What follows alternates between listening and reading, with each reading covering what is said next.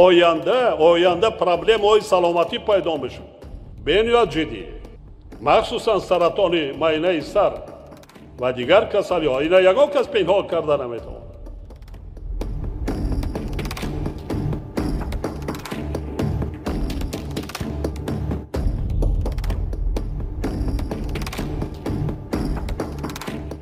این 3 میلیارد دلار اگر این مبلغ بر نیروگاه برخود راغون روانه میکردیم وقت نیروگاه راغون ساخته بودیم. 3 میلیارد این پولی کم نیست.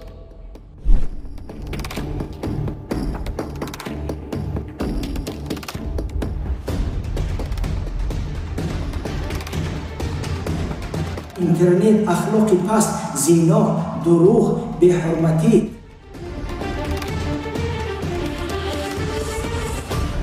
باید وقتی زیبای خود ما را چی نکند در این اینترنت زایی نکند.